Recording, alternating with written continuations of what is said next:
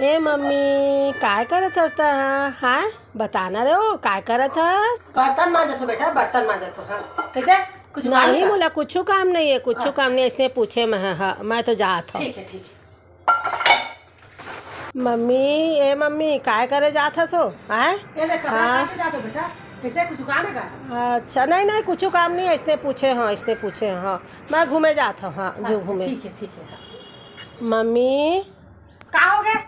मैं पूछा था काय करत हस पोछा वाला को देखा नहीं है? सुबह से पूछा था काय करत हो मम्मी, काय करत हो मम्मी? हां तो राखी फूटे से काम दिखा दी कि मैं काम कर करके काय करके मुंह डालो तो बता तो छू तो हां नहीं तो काय करत हस तो राखी फूटे। भाई के चुप हो जा हाँ नहीं पूछा अब हाँ और गलती हो गई। नहीं कुछ मोटाई नहीं हो के पोछा नहीं लगा बना थे बोल ले फिर भी लगा तो कैसे करके घर के पोछा लगा तो मैं काय करे थस मम्मी दादा रे दादा तू मन के पूरा क्वेश्चन आंसर नवी दा तू मन बोला काय कर का मतलब मुझे पूछेंगे बार-बार लगे से में